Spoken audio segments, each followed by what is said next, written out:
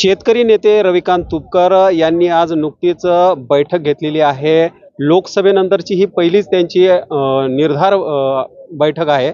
यामध्ये त्यांनी पुढच्या राजकीय भूमिका काय असणार आहे त्याबद्दल त्यांनी निर्णय घेतलेला आहे। तो आपण त्यांच्या तोंडूनच ऐकून घेऊया। भाऊ, काय सांगाल? आज आपण या ठिकाणी घोषणा केली, काय नेमकी घोषणा आहे आणि पुढची वाटचाल कशी असणार? बुलढाणा लोकसभा मतदारसंघामध्ये जसं आम्ही शेतकऱ्यांना सोबत घेऊन अपक्ष निवडणूक लढलो स्वतंत्रपणाने, लोकांनी आम्हाला भरभरून प्रतिसाद दिला। त्याच धर्तीवर आता बुलढाणा लोकसभा मतदारसंघातल्या 6 विधानसभा मतदारसंघामध्ये, त्यामध्ये बुलढाणा, चिखली, सिंदखेडराजा, मेहकर, खामगाव, जळगाव, जामोद या 6 विधानसभा मतदारसंघामध्ये आमचे स्वतंत्र उमेदवार अतिशय ताकदीने उभे राहतील आणि शेतकऱ्यांना घेऊन या निवडणुकीच्या मैदानात आम्ही उतरणार आहे। स्वाभिमानी शेतकरी संघटनेचंच बॅनर असणार हे का नव्यानं कुठला पक्ष या ठिकाणी स्थापन करणार का कुठल्या पक्षामध्ये आपण जाणार? मी सांगितलं तुम्हाला, स्वतंत्रपणानं या निवडणुकीला आम्ही सामोरं जाणार आहोत, त्यामुळे बॅनरचा विषय येतच नाही काही।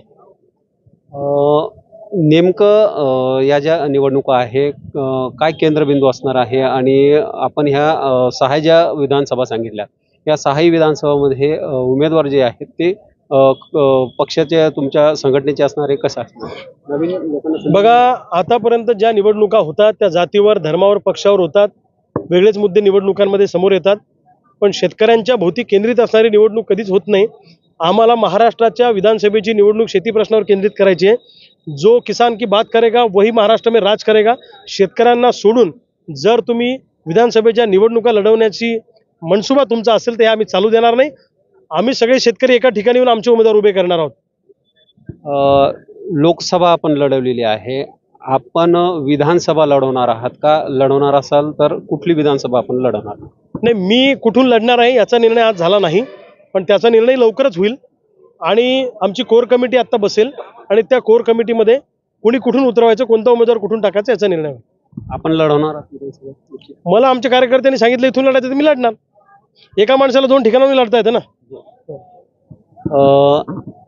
मेहकर विधानसभा ही राखीव विधानसभा आहे, त्या ठिकाणी उमेदवारीसाठी आपल्याकडे काही लोकांनी मागणी केली आहे का की आपल्या पक्षाकडून, आपल्या शेतकरी संघटनेकडून उमेदवारी द्यावी अशी काही? मेहकर विधानसभा मतदारसंघातही आमच्याकडे अतिशय ताकदीचे उमेदवार आहे।